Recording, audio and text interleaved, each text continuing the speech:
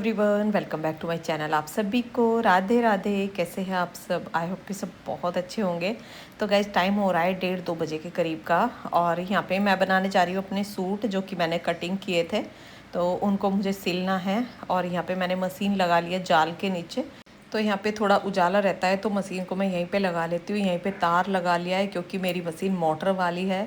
और जब से कमर में प्रॉब्लम हुई थी ना, उसके बाद मैंने मोटर रखवा लिया था, क्योंकि पैरों से चलाने में मुझे थोड़ी सी प्रॉब्लम होती थी उस टाइम पे। और अपने कपड़े सिलना मुझे खुद ही पसंद है, तो कभी मैं बाहर कपड़े नहीं सिलवाती हूँ, तो इसलिए मेरी मजबूरी हो गई थी कि मुझे मोटर रखवाना पड़ा। लेकिन मोटर रखने से ना ये होता है कि हमारा काम जो 1 घंटे का होने वाला है ना, वो आधे घंटे में कंप्लीट हो जाता है।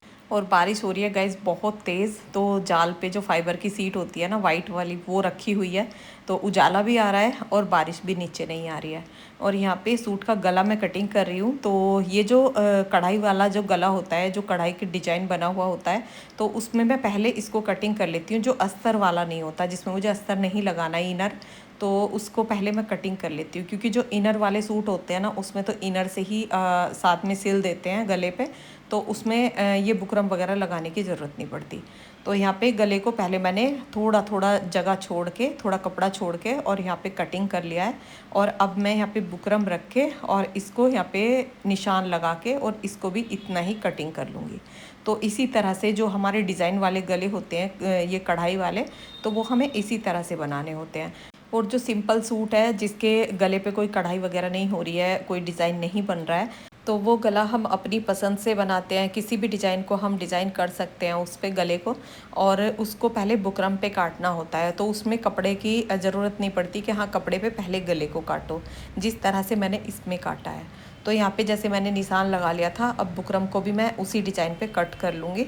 और ये जो कढ़ाई वाले गले होते हैं, इनकी लंबाई चौड़ाई थोड़ी डिज़ाइन पर भी डिपेंड करती है, क्योंकि उसी अकॉर्डिंग हम गले की कटिंग करते हैं। और जो मतलब सिंपल सूट पे अगर हम कटिंग कर रहे हैं, तो वो उस पर मैं 8 इंच की लंबाई रखती हूँ गले की, और 6 इंच की चौड़ाई रखती हूँ। और यहाँ पे इसके अकॉर्डिंग ही मैंने इसको कट किया है। तो चौड़ाई वैसे मुझे थोड़ा ज़्यादा लग रही थी, क्योंकि अगर चौड़ाई इतनी नहीं करती तो एक्स्ट्रा कपड़ा ना बहुत ज़्यादा बचता और वो अच्छा नहीं लगता। क्योंकि गले का जो डिज़ाइन होता है ना, उससे जो आगे कपड़ा निकला हुआ होता है, तो वो थोड़ा बहुत ही अच्छा लगता है, ज़्यादा अच्छा नहीं लगता। इसलिए उसी हिसाब से मैंने इसकी कटिंग की है। लेकिन चौड़ाई में भी वही 1-1.5 इंच थोड़ा सा एक्स्ट्रा हुआ है, क्योंकि मैं 6 इंच का गला चौड़ाई में रखती हूँ। लेकिन वो पहनने के बाद पता चलेगा। इस टाइप के गले ना पहली बार मैंने इस टाइप का गला बना रही हूँ, क्योंकि ये वी शेप वाला जो गला होता है ना, इस टाइप के सूट मैं कम ही लेती हूँ। ये सूट मुझे थोड़ा ज़्यादा पसंद आ रहे थे, एकदम सिंपल सोवर और प्योर कॉटन में है, और कॉटन के सूट बड़े ही कंफर्टेबल होते हैं, तो इस वजह से मैंने ले लिए। और देखते हैं, इस टाइप का गला भी ट्राई करके, कभी पहना नहीं है, लेकिन कैसा लगेगा ये पता भी नहीं है। और यहाँ पे जो गला मैंने कटिंग किया है और सूट कटिंग किया था, तो उससे बहुत सारा एक्स्ट्रा कपड़ा भी बचा था साइडों में से, तो वो कपड़ा मैंने लिया है और उस पर गले को रखा और दोनों साइडों में निशान लगाया ऊपर, जिससे कि हमें आइडिया हो जाएगा कि गला हमें यहाँ तक सिलना है। क्योंकि जब हम गले को कटिंग कर लेते हैं, तो जब सिलाई लगा के लाते हैं, तो वो चौड़ा भी हो जाता है, और लंबाई में भी वो कपड़ा जैसे खिंच जाता है, तो उससे वो लंबा भी हो जाता है। तो वो निशान लगाना बहुत ज़्यादा ज़रूरी है। निशान लगने से गला हमारा एकदम परफेक्ट बैठता है, इधर उधर ज़्यादा कम कुछ भी नहीं होता है। तो यहाँ पे गले को मैंने सिल लिया है, एक सिलाई ऊपर से लगा दी और साइडों से अब जो बाहर वाला कपड़ा है इसको कटिंग कर दिया है अलग। और अब मैं इसको ऐसे करके मोड़ दूँगी और इसके ऊपर से एक सिलाई लगा दूँगी। और गला बनाना बहुत आसान है, और गला अगर हमारा अच्छे से कंप्लीट हो गया है, अच्छे से बन गया है सफाई से, पूरी फिनिशिंग के साथ, तो समझो सूट हमारा एकदम अच्छा बन के तैयार होगा। क्योंकि सूट में मेन जो होता है ना, वो गला ही होता है, आगे का और पीछे का। जिस भी तरह का आप बनाना चाहते हैं, अगर वो अच्छा सुंदर गला बना है, तो सूट हमारा अच्छा ही बनेगा। और गला बनाना मुश्किल बिल्कुल भी नहीं है। कुछ लोगों को लगता है कि गला बनाना बहुत मुश्किल है, लेकिन जब तक हम किसी काम को करते नहीं है ना, तब तक हमें वो काम ना मुश्किल ही लगता है। और जब कर लेते हैं ना, और 1-2 बार कर लेते हैं, उसके बाद वो बहुत आसान हो जाता है। और हम महिलाएं क्या नहीं कर सकती। जैसे आपका कमेंट था एक बार, जैसे सूट कटिंग का और स्टिचिंग का वीडियो मैंने डाला था, तो आपके ये भी कमेंट थे, दीदी इतना सब कुछ कैसे कर लेते हो, सारे काम करते हो और सिलाई भी खुद करते हो। तो गाइज़ मुझे ना ये सब बिल्कुल भी मुश्किल नहीं लगता है, बल्कि और मुझे खुशी मिलती है कि मैं अपने काम खुद करती हूँ।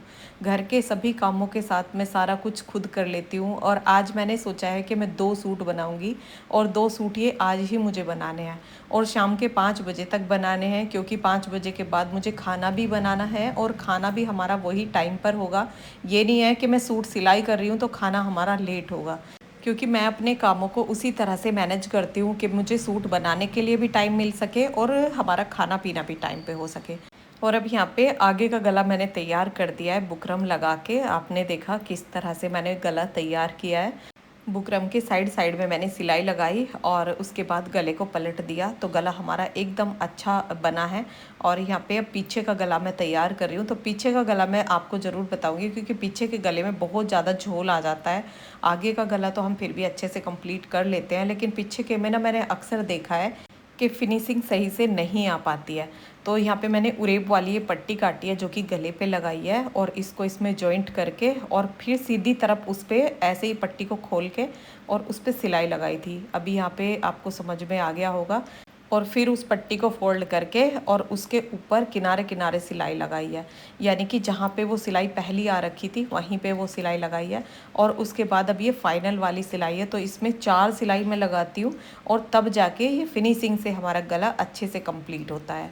तो ये है पीछे के गले पे हमारी फाइनल वाली सिलाई, और उंगली से यहाँ पे ऐसे दबाते हुए फिनिशिंग से सेट करके और उसके बाद में यहाँ पे ये सिलाई लगाती हूँ।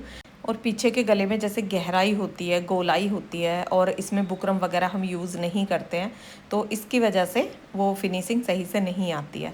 और यहाँ पे अब आगे का और पीछे का दोनों पार्ट को मैं जॉइंट कर लूँगी। और इसको मैं इस तरह से जॉइंट करती हूँ ताकि हमारे कंधे के यहाँ पे ना वो कपड़ा जो निकला हुआ जो जॉइंट वाला कपड़ा होता है वो दिखाई ना दे।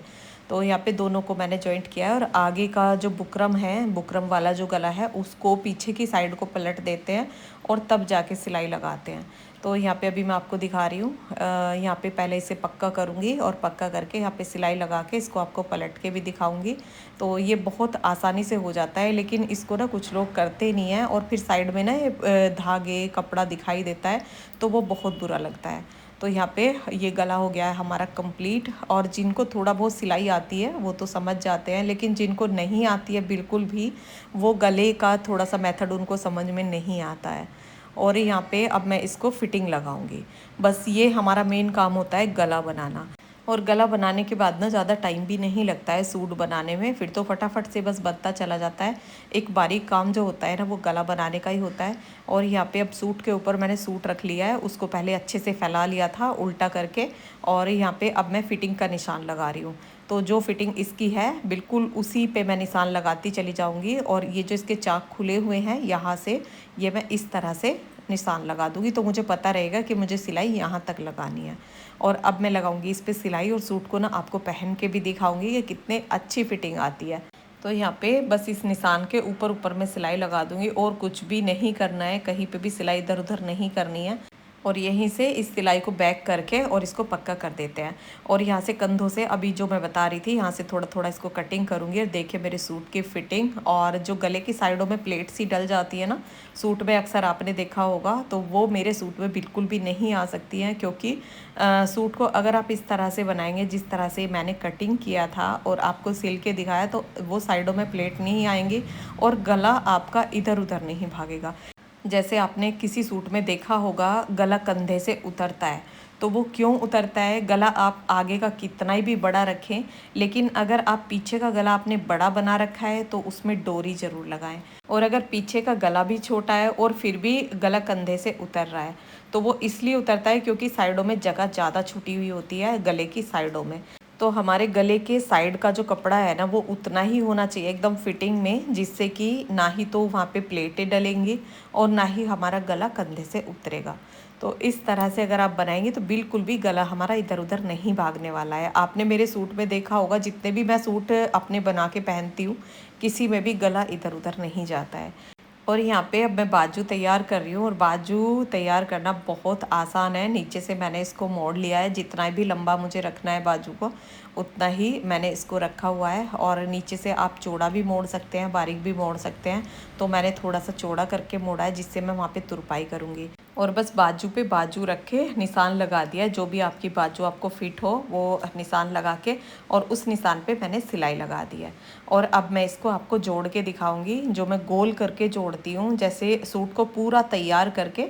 अभी जो मैंने आपको पहन के दिखाया था, तो उससे क्या होता है, अगर हमारा सूट लूज़ है तो हम फिटिंग आसानी से लगा देते हैं।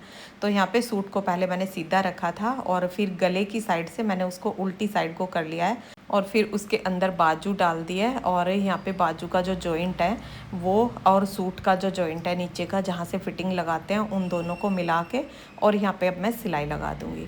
तो इससे हमें ये आसानी रहती है कि हमारी फिटिंग अगर कम या ज़्यादा है तो हम उसको फिर आसानी से कर सकते हैं।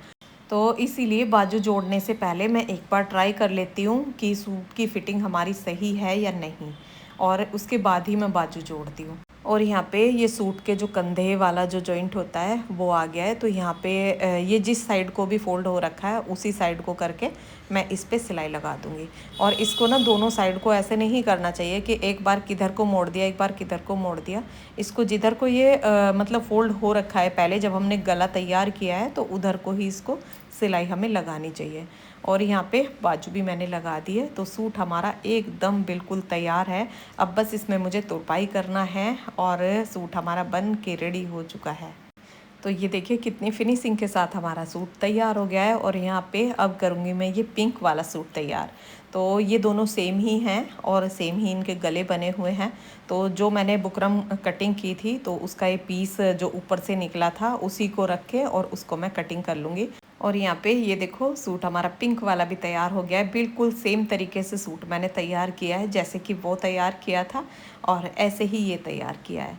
और गला अच्छा लग रहा है, वी शेप वाला गला भी अच्छा लग रहा है, मतलब पहनने के बाद। और पहनने के बाद ही पता चलता है कि कैसा लगेगा। उससे पहले ना मैं ये सोच रही थी, इस तरह का गला ना मैंने पहले पहना नहीं है, तो पता नहीं ये कैसा लगेगा। और अब इसको साइडों से और नीचे से भी मैंने कर दिया है तैयार। और अब इस पर बाजू लगानी रह गई है, तो बाजू लगाऊंगी मैं थोड़ा सा अभी काम से फ्री होके। तो गाइस दोनों सूट हो गए हैं वैसे कंप्लीट, बस बाजू लगनी रह गई है। और टाइम 5:30 बजे का हो चुका है, यानी कि जिस टाइम हम खाना बनाना शुरू करती हूँ मैं, वो टाइम हो चुका है। और इस टाइम तक मैंने अपने दोनों सूट निपटा दिए हैं। कल इसमें बाजू लगा दूँगी तो दोनों सूट तैयार हो जाएंगे। और बस तुरपाई वगैरह करनी रह जाएगी, वो तो मैं टाइम निकाल के थोड़ा थोड़ा कर ही लूँगी। और जो इनके पैंट प्लाज़ो तो नहीं बनाऊँगी, क्योंकि ये कॉटन के कुर्ते हैं, तो इसलिए इनकी या तो मैं पैंट बनाऊंगी, एक की सलवार भी बना सकती हूँ, तो वो आपको कटिंग करके दिखाऊंगी। और अब चलती हूँ किचन में। और अगर हम ठान लेना तो सच बताऊँ कुछ भी करना मुश्किल नहीं है। आज मैंने सोचा था कि काम निपटाने के बाद जो मेरा फ्री टाइम होगा उसको मैं कैसे यूज़ करूँगी, उसको मैं अपने सूट तैयार करूँगी उस टाइम में। और मैं इसी तरह से अपने जो कपड़े हैं ना वो इसी तरह से बनाती हूँ, क्योंकि वैसे तो देखो टाइम मिलता ही नहीं है, घर में इतने सारे काम होते हैं, और हर किसी के पास काम ही काम है। लेडीज़ गृहिणी में तो ये सोचो कि घर में इतने सारे काम होते हैं कि कभी हम फ्री रहने वाले ही नहीं हैं। लेकिन टाइम ना निकालना होता है, टाइम तो किसी को नहीं मिलता, बस वो निकालना होता है। और वो सुबह उठ के मैं निकाल लेती हूँ, जल्दी अपने काम निपटाती हूँ, और फिर उसके बाद अपने बाकी के काम कर लेती हूँ। एरोप्लेन जा रहा है ऊपर और रोज़ी बाहर जाके भौंक रही है। तो अब बनाऊंगी मैं करेले, और करेले प्याज वगैरह थोड़ा बहुत काम मैंने बीच में थोड़ा सा कर लिया था, जैसे बैठे बैठे ना कमर में दर्द सा हो गया था, तो करेले कट कर लिए थे और प्याज काट ली थी। अब जाके और बस अब सब्ज़ी छोंकती हूँ करेले की, दूध पकने के लिए पहले ही मैंने रख दिया था बीच में। तो अब चलो करती हूँ, निपटाती हूँ अपने काम। और करने के लिए कुछ भी मुश्किल नहीं, हर काम आसान है अगर हम करना चाहें तो यहाँ पे ये प्याज कट कर लिए, करेले कट कर लिए, और अब इसमें हरी मिर्च कट करूँगी और फिर इनको छोंकूँगी, आपके साथ शेयर करती हूँ। तो अब निपटाऊंगी शाम का काम, और शाम का काम भी वही 7:30 बजे तक हमारा खाना पीना हो जाता है, तो उस टाइम तक मुझे काम कंप्लीट करना है। तो गाइस यहाँ पे घर में थोड़ी सी झाड़ू लगाऊंगी, क्योंकि धागे और कपड़े की कटिंग इतनी ज़्यादा हो जाती है। तो बीच बीच में भी ना मैंने उठा उठा के डस्टबिन में डाल दिया था, जो बड़ी बड़ी सी कटिंग थी वो डाल दी थी। और ये बारीक बारीक धागे कटिंग बच गई थी, तो इनको यहाँ पे झाड़ू लगा दूंगी। और रोज़ी भी ना इधर उधर बहुत सामान फैला के रखती है, जैसे इसके टॉयज़ हैं ना, तो उनको लेके घूमती रहती है। और ये रेड वाला गुड्डा तो इसको इतना ज़्यादा पसंद है गाइज, कि इसके बिना तो ये बिल्कुल रहती नहीं है। कि बाहर आएगी तो बाहर मुंह में लेके इसको आएगी, और अंदर जाएगी, जैसे रात में सोने के लिए अंदर जाती है, तो फिर इसको मुंह में दबा के फिर अंदर लेके जाएगी। ये इसको ना सबसे ज़्यादा अपने सारे टॉयज़ में ना सबसे ज़्यादा पसंद है। और आप रोज़ी के लिए जैसे पूछ रहे थे कि खाने में आप उसको क्या देते हो, हमारे साथ शेयर करना। तो मैं वो आने वाले वीडियो में आपके साथ शेयर करूँगी, पूरा कुछ आपको दिखाऊंगी कि सुबह से दोपहर तक मैं इसको क्या क्या देती हूँ। और यहाँ पे ये कढ़ाई मैंने चढ़ा दिया है, इसमें डाल दिया है तेल, और तेल में डाल दिया है धनिया और मेथी डाल दी है थोड़ी सी, और इसमें करेले डाल दिए हैं। और हरी मिर्च भी मैंने कट कर ली थी प्याज के साथ। और अब इसको थोड़ा फ्राई करूँगी नमक डाल के। और नमक डाल के ना ये रहता है कि ये जल्दी ही फ्राई हो जाते हैं और सॉफ्ट हो जाते हैं। तो इसको अब ढक के और थोड़ी देर के लिए फ्राई करूँगी। इतने में यहाँ पे खाऊंगी अपना पनीर, और सिलाई में से बीच में उठ के वही अपना खाना पीना याद नहीं रहता, बस काम का ही ज़्यादा रहता है। तो दोपहर में जैसे हम पनीर लेते हैं, और हम वेजिटेरियन हैं, तो पनीर हमारे लिए ज़रूरी है प्रोटीन के लिए। और प्रोटीन और विटामिन की मेरे अंदर कुछ कमी भी है, जैसे विटामिन डी की भी कमी है, B12 की कमी है। तो इस वजह से थोड़ा सा अपना खाने पीने का ध्यान रख रही हूँ, रेगुलर ऐसी चीज़ें ले रही हूँ जिससे कि बॉडी की कमी पूरी हो सके। और यहाँ पे अब करेले में डाल दिया मैंने प्याज और हरी मिर्च। और अब इसमें जो मसाला डालूंगी, नमक यहाँ पे मैंने डाल दिया, थोड़ा नमक मैंने पहले भी डाल दिया था, हल्दी डाल दी है। और कोई मसाला ज़्यादा मैं इसमें यूज़ नहीं करती, क्योंकि करेले का जो मसाला होता है ना, वो धनिया, सौंफ और मेथी, तीनों का ये मैंने पाउडर बना के रखा हुआ है। और इसको 2-3 चम्मच मैं डाल देती हूँ, इससे ही बहुत अच्छा टेस्ट आता है। क्योंकि सौंफ का जो टेस्ट होता है ना, वो थोड़ा मीठा मीठा होता है।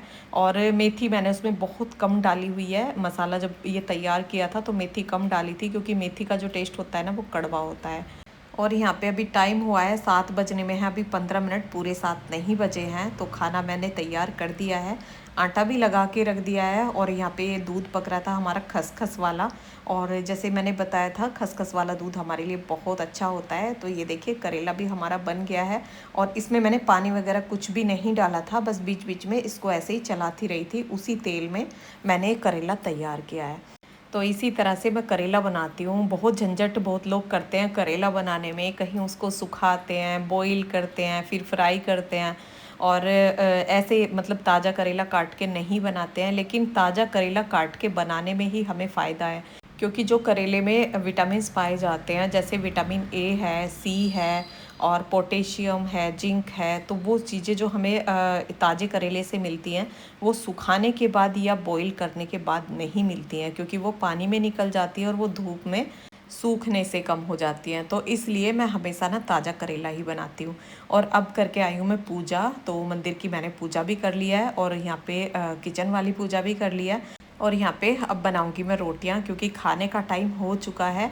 और करेला बनाया है तो सबको भूख भी अच्छे से लगेगी, क्योंकि करेला सभी को बहुत पसंद होता है, और करेले का तो टेस्ट ही अलग होता है। अगर एक रोटी की भूख होती है ना, तो हम एक रोटी और एक्स्ट्रा खा जाते हैं जब करेला बनता है। और हमारे घर में ना करेला सभी को बहुत पसंद है, बच्चों से लेके बड़ों तक, अभिमन्यु, सूर्या, सभी को करेला बहुत अच्छा लगता है।